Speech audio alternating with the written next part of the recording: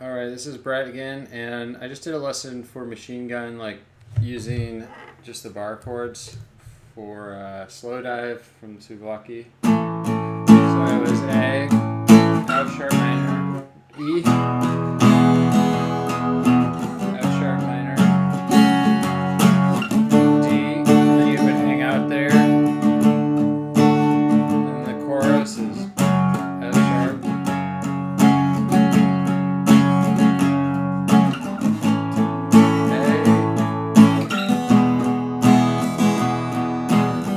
minor, and then the transition is you stay there, and then you go to G.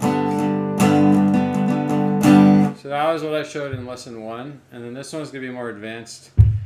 So one thing is, like, they have 3 guitars, bass, they have a lot of stuff going on, and one thing you can do is keep more open strings. Sounds kind of cool. So like, these are interpretations for how to make it sound more interesting when you're playing by yourself.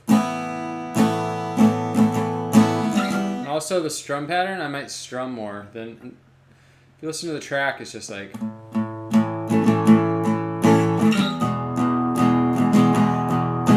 it's just down, down, down, down, up. But when you're by yourself, sometimes you want to strum more to have more more sound, more ambience.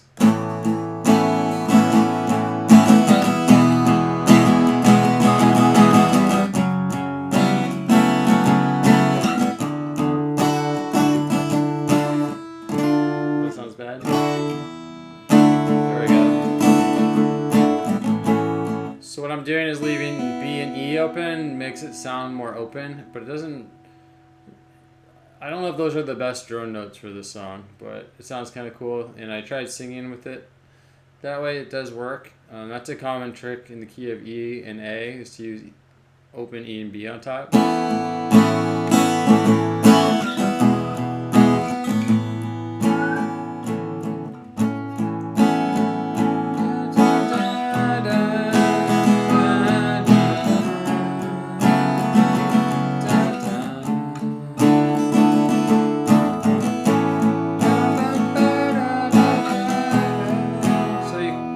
What I do is I hum and whistle to see would the notes on top clash with the melody, and they don't. Like, it works. So that's one idea. Another thing is, and I'm going to show something a little more, how I would do this more advanced, is there's a sus chord on the F sharp minor. It goes like,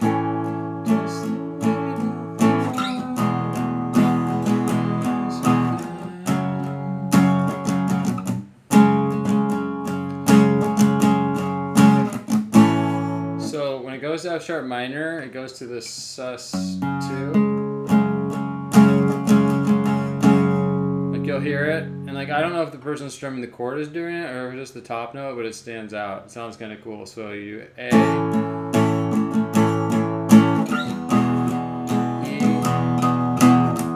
F sharp minor, and then at some point you can go to this. Strum those 3 notes. So that's really the only trick with these bar chords. So I tend to stay away from bar chords if I'm trying to play a song by myself. The reason why is you can't really add as much. So like, they sound really nice if they're a filler track, but the way I would do it is like this. I would do it in the key of the shapes of G, but putting it here on the, on the 2nd fret. So then you can use a G chord as A. So this G shape is A major.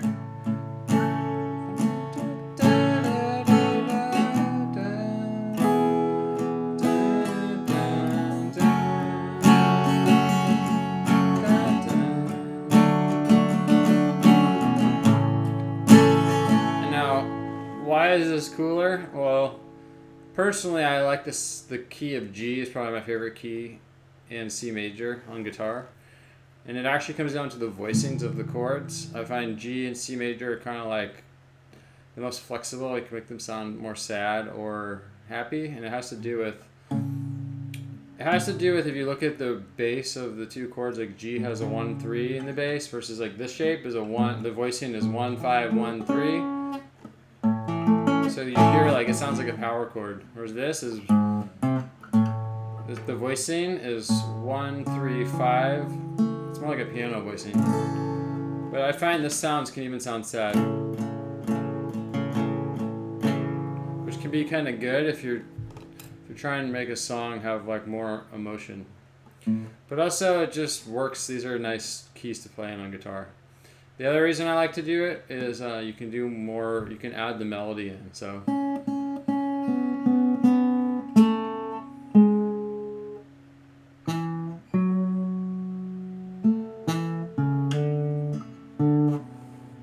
Buzzing a tiny bit. So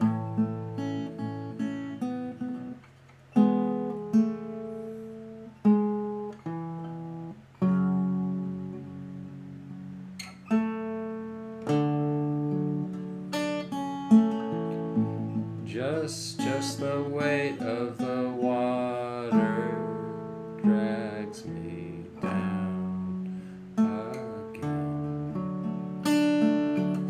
So see, it's like way cooler, like what you can do in terms of finger picking and adding stuff. And yeah, and the other cool thing is you can shift it easier. Like it's easy to remember songs when it's just open chords. And then also, let's say, like for me, I have a hard time singing this melody in the key of A. So what I did when I was learning this was I shifted it down. First, before I do that, let me just play through. So.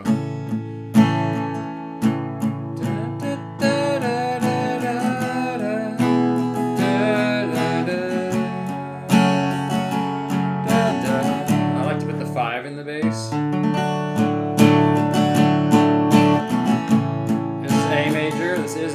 Still, this is the capo. A, E, this is an E shape, it's a D slid up. F sharp minor. C shape is in this case is a D chord. I like to put this in the bass. And then next chord for the G is right here. So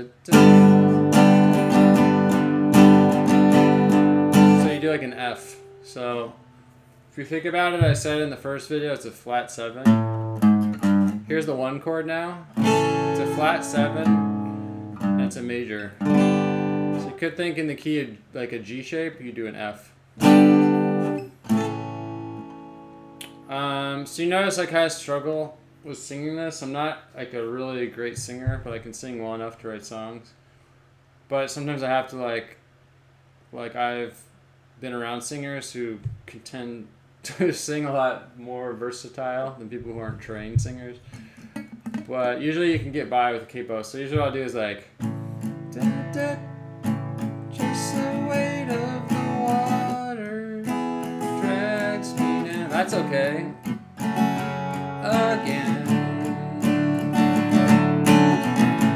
Just the way I'm kind of like straining, and partly like I don't have great singing technique, but I can feel I'm straining.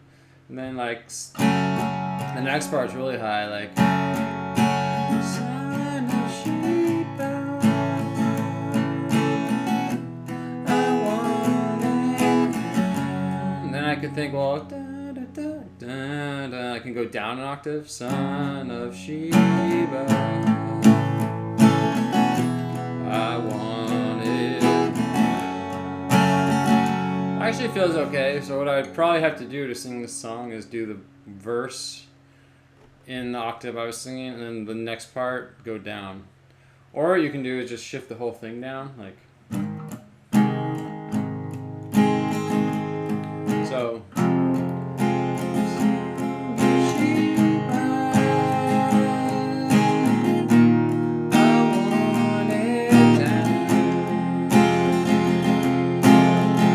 That feels way better to me, and then you could try, okay, I'll go even lower.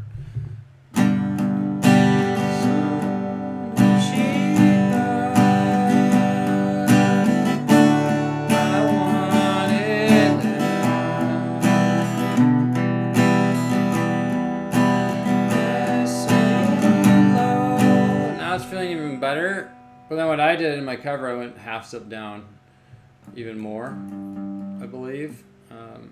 So you can just mess around with it till you find what you want to do. And let me show one more thing. This is even more advanced in a way. So I find a lot of stuff on YouTube is kind of weird because it's like people don't really teach like they would play themselves. So when I teach guitar in person, I loved having students that were advanced enough to talk about like how I would actually do it. Because when I was learning guitar, I would always want my teachers to show me like how would you actually do this. Like don't dumb it down, because then I would learn a lot more. And I'm not necessarily like the best guitar player in the world, and neither were they really. Like there's always better people than you, but just kind of like making it more like how do you really do this instead of making it simple for YouTube or for your student.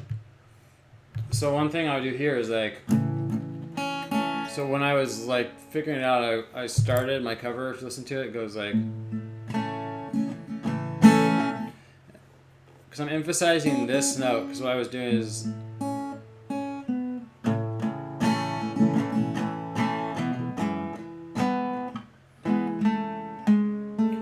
what I was trying to do in the cover is emphasize notes while strumming that I could finger pick. So like I started by finger picking and then I went to the pick. So like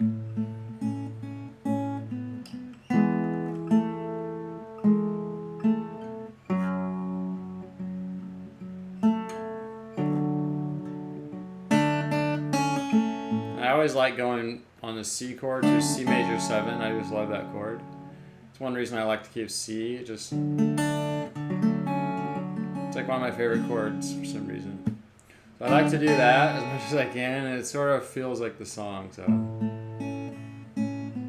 now why am I using this D instead of this D shape? Because if you listen to the melody, it goes.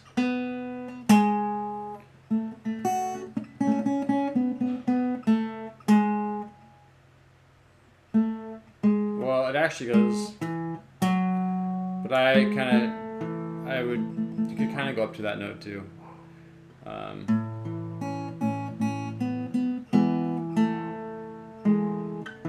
I guess really it could go to that.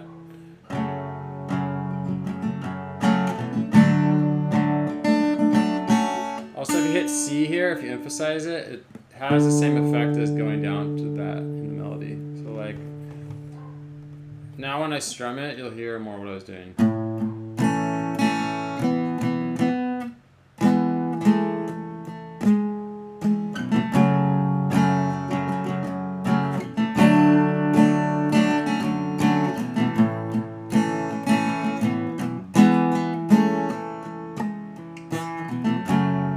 That's not exactly how I did it, because when you start to sing, like, you don't need to play as many notes. But if you listen to my cover, you'll hear I kind of emphasize some of the melody notes. And I chose just to play the beginning of the song, because when I like do covers, I don't like covers personally that just sound like the song. It's like I'd rather just listen to it. So typically when I listen to people's covers, I want them to totally change it. And so what I did was made it sound like a song I would have actually written. And I would not write the Son of Sheba part. That just wouldn't, for some reason, that part doesn't feel like something I would write. And also I like to make really short songs. If you look at some stuff I've posted on YouTube, I don't know, I just like to have songs that are like really short and just a personal style. I used to listen to the Palace Brothers a lot. There's early Will Oldham music, and that really influenced me. And it's kind of a raw sounding stuff. It's not super polished or anything. And so I turned the song into that, if you listen to my cover. But anyway, if anyone has any questions about this, let me know, and that's it. All right.